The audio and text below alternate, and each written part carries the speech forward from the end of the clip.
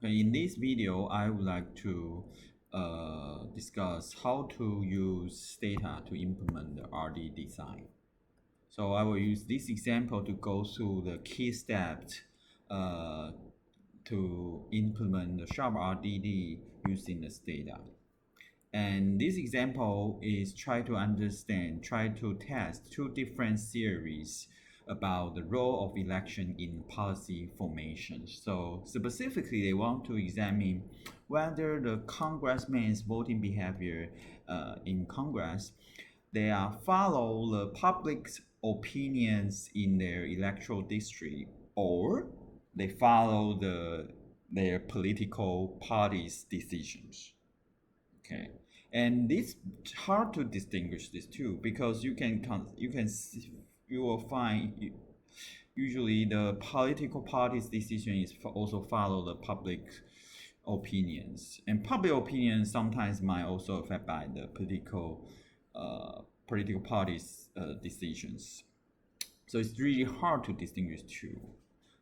So specifically, they want to examine the effect of democratic membership on the congressman vote behavior. So how they distinguish these two things? They use also very smart. They use the close elections. So they compare the district where the Democratic, so the in U.S. Democratic or Republic, Democratic candidate who barely lost. For example, they get just 49% of the vote share, with the district where the Democratic candidates barely won, with 51%. So one district they elect Republic candidate, one elect the Democratic candidate, but they have very similar public opinion. One Democratic vote share is 49, one is 51. So using these two, they compare the congressman who from such district. These two type, these two group of candidates, congressmen, they should face very similar public opinion from their district, from their election district, because these two type districts, they actually their public opinion are very similar. Their vote are very similar. They vote for the Democrats. One is 49, one is 51. So basically, very similar. But they elect very different political parties, candidates from very different political party. So so if they find their vote behavior in Congress has any difference, they can attribute to the this is due to the party's decisions. Because if they follow the public opinion from their electoral district, the voting behavior should be very similar. They should vote for support for similar policy, have very similar preference. Okay, so using the close elections, this design, they can distinguish these two theory. Okay. Okay, so the observed difference in vote behavior can represent a credible estimate of average policy difference between the two parties, between the Democratic Party and Republican Party. Okay, so how they do that? They outcome they implement this regression. Is their standard RD regression. The outcome is the liberal voting score from Americans for Democratic Action, ADS score. So we can consider this score, if higher, means their vote behavior are more similar to the Democratic congressman.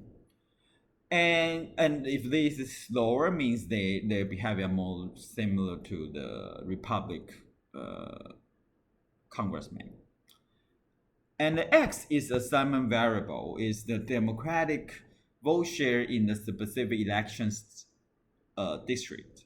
Okay, so the treatment variable is determined by this vote share. If the vote share is for the Democratic Party is bigger than 50%, that means a Democratic candidate is elected. If not, it's Republican elected. And they just compare the people, the district, the congressman from the district that has very similar Democratic vote share. But the only difference is one elect Democratic candidate, Democratic congressman, one elect the Republican candidate, Republican congressman. But the voters' preference or public opinion in these two districts are very similar. So the data you can use, you should download from the link my website to do file, this do file and this DTA file, and you also need to install this package. Okay, so you can open your data and you will see data and open the do file.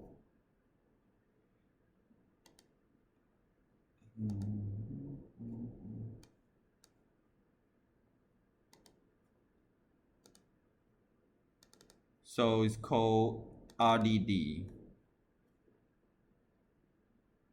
Okay. And you can open the file, the data.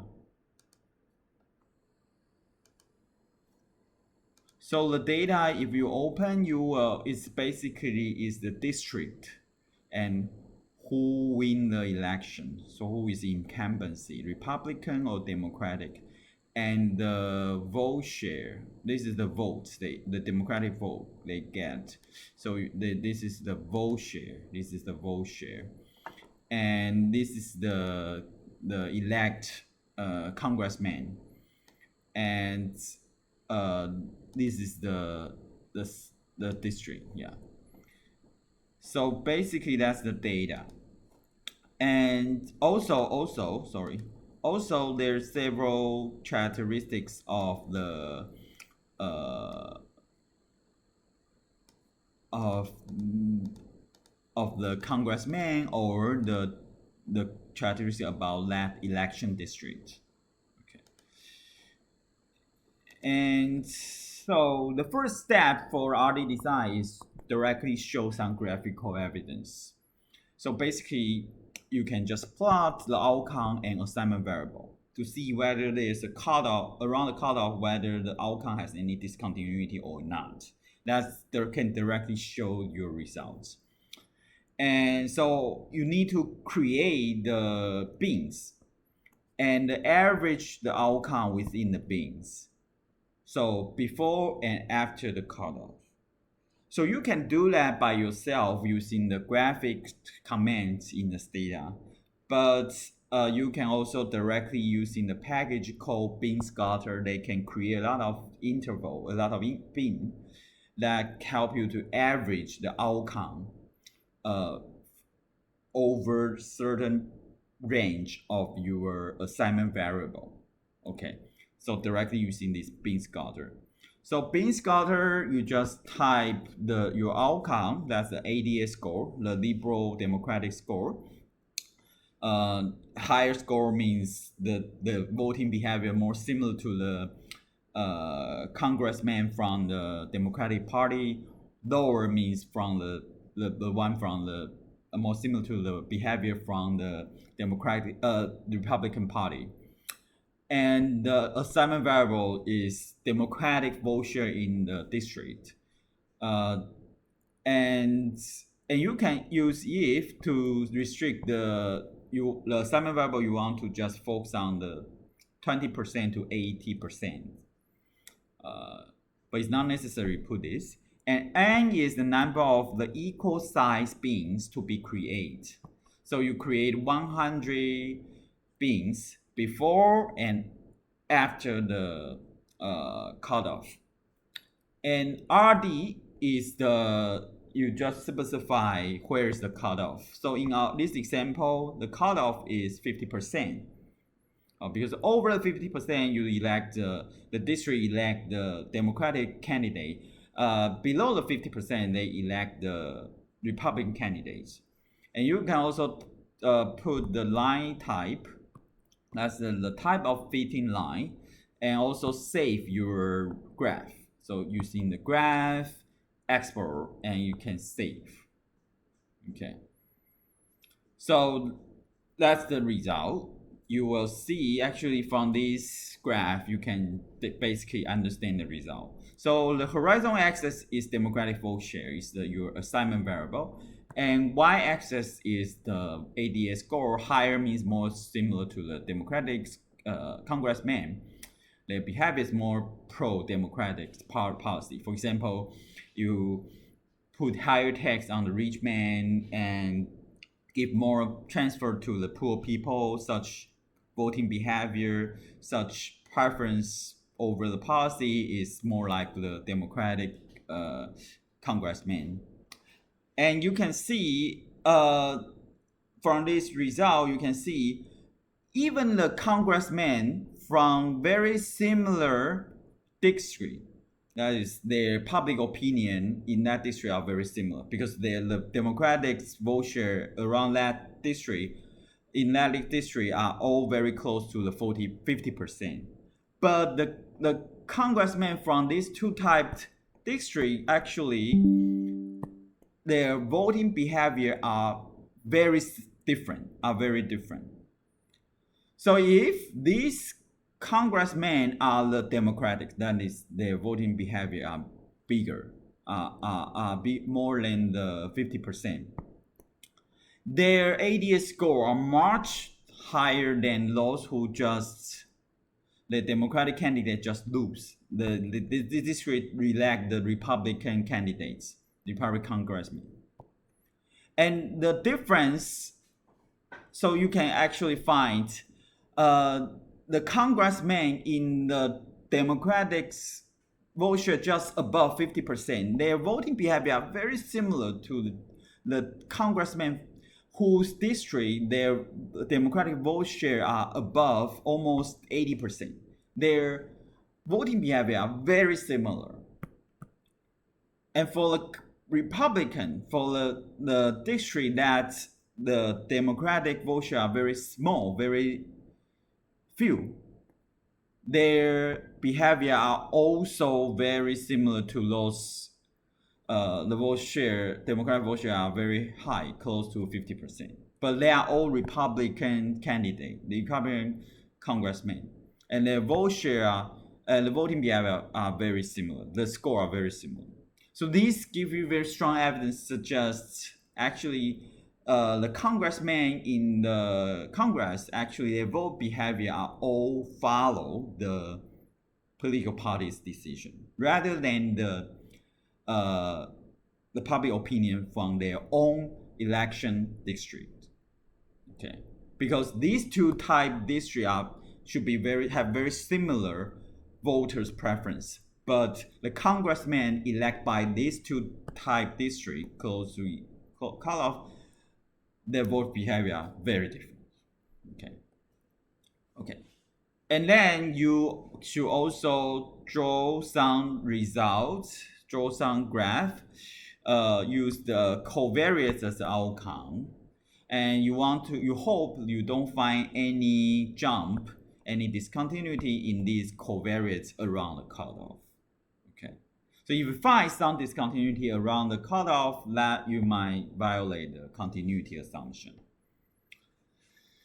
And you can just change different covariates when you draw the bean scatter, use the bean scatter.